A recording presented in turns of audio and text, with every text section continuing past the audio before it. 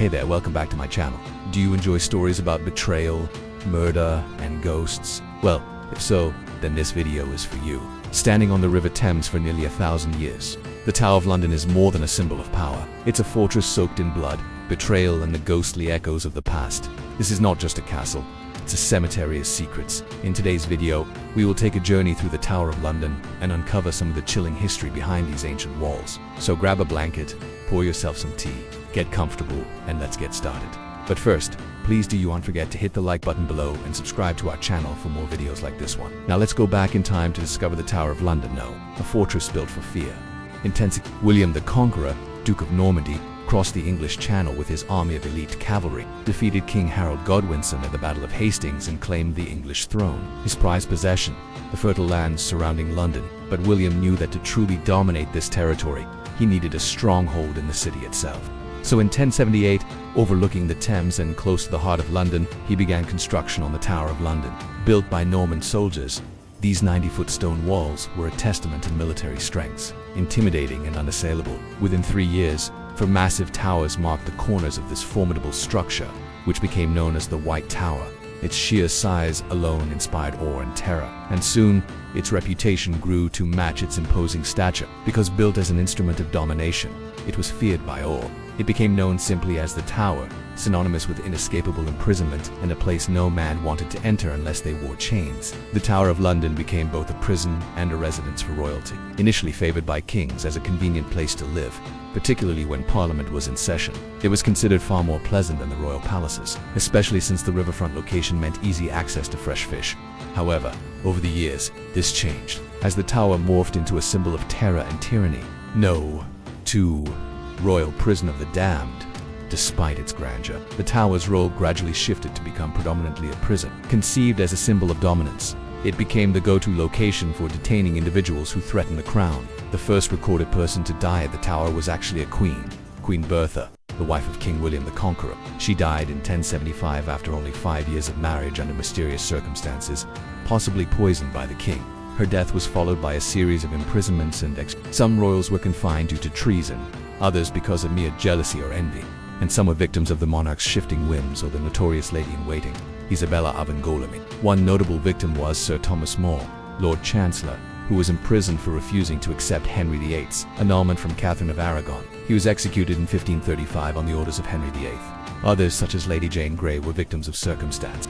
She was forced to wear the crown for 9 days in 1553 during a power struggle between her family and Mary Tudor, who eventually reclaimed the throne. After her abdication, Jane was imprisoned in the Tower for her role in the plot, enduring a harsh 6 years of confinement before her untimely demise. Another famous prisoner was Guy Fawkes, one of the conspirators behind the gunpowder plot of 1605, who planned to blow up the Houses of Parliament. He was caught red-handed in the cellar with 36 barrels of gunpowder and subsequently executed. The Tower's infamous reputation grew as the centuries passed, becoming a place where even the privileged few could find themselves confined and at risk of losing their heads. 3. Executions on Tower Green. Among the most terrifying aspects of the Tower of London was the presence of the execution block on Tower Green, a small area in front of the main gate. Throughout history, many eminent figures lost their heads here. Perhaps the most famous victim was Anne Boleyn, the second wife of Henry VIII.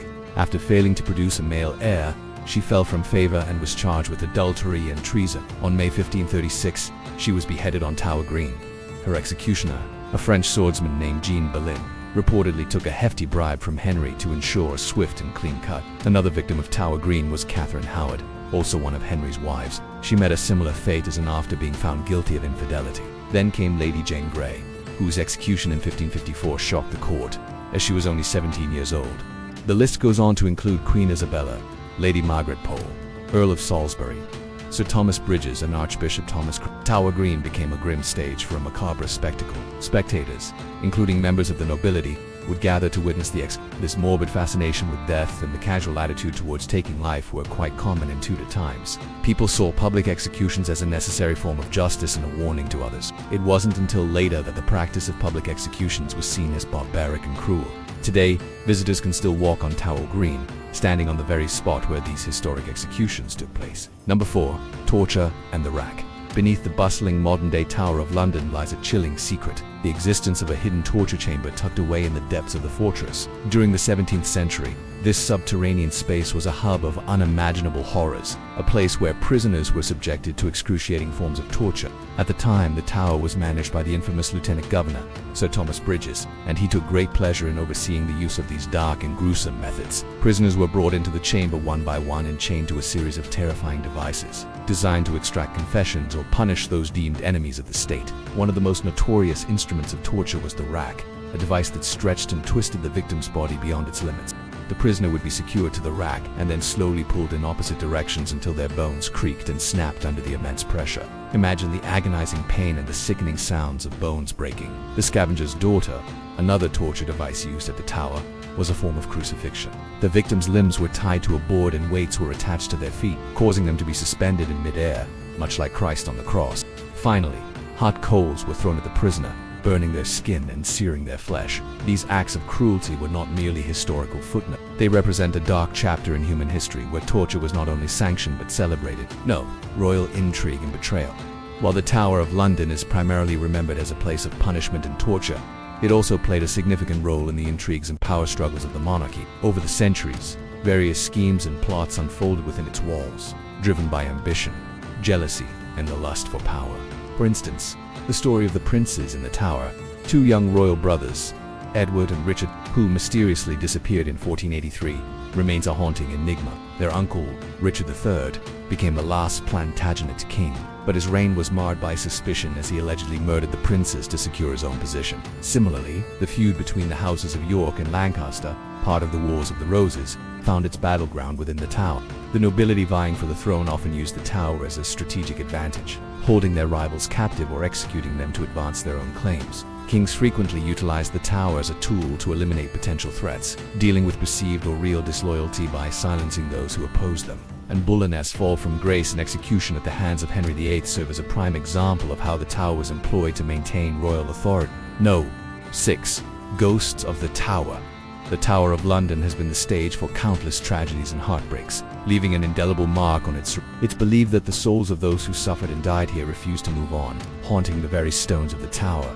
The presence of these ghosts has been felt by visitors and staff alike, making the tower one of the most haunted places in England. And Anne Boleyn, the ill-fated queen, is said to walk the dimly lit corridors of the tower with her head in her hand, forever seeking solace but never finding peace. Children crying and footsteps echoing through the cold. Stone halls are heard by those who dare to explore the tower's serried chambers at night. Even the ravens that have lived at the tower for centuries are said to be cursed, forever bound to their prison and doomed to witness the kingdom's eventual downfall. The Tower of London stands as a reminder of the countless lives touched by tragedy, loss, and despair. The ghosts that roam its grounds serve as a haunting reminder of the suffering that once took place within these ancient walls. They are a testament to the enduring power of the human spirit, even in the face of unimaginable adversity. Number 7. The Modern Tower. History never dies. Today, the Tower of London continues to captivate visitors from around the world, drawing them in to explore its rich history and marvel at its architectural grandeur. However, beneath the bustling crowds and the modern-day charm, the tower's dark past still lingers, waiting to be uncovered. As tourists wander through the centuries-old fortress, they are unknowingly walking on ground soaked in the blood of countless victims. The yeoman warders, or beefeaters, still tell chilling tales of the tower's gruesome past, keeping the memories of those who suffered alive. Meanwhile, the crown jewels, symbols of power and wealth, shimmer above the very spot where so many lost their lives. The juxtaposition of the tower's bloody history with its current role as a tourist attraction creates a haunting contrast. It serves as a reminder that the past is never truly gone and that the stories of those who came before us continue to shape our present. The Tower of London is more than just a historic landmark. It's a living testament to the tumultuous past of England, a place where the echoes of history still resonate and the spirits of the past continue to walk among us. So what do you think? Have you ever visited the Tower of London? What are your thoughts on these chilling tales? Share your experiences and thoughts in the comments section below. And don't forget to subscribe to our channel for more captivating historical journeys. Until next time, keep exploring, keep asking questions, and remember, history is never silent if you know where to listen.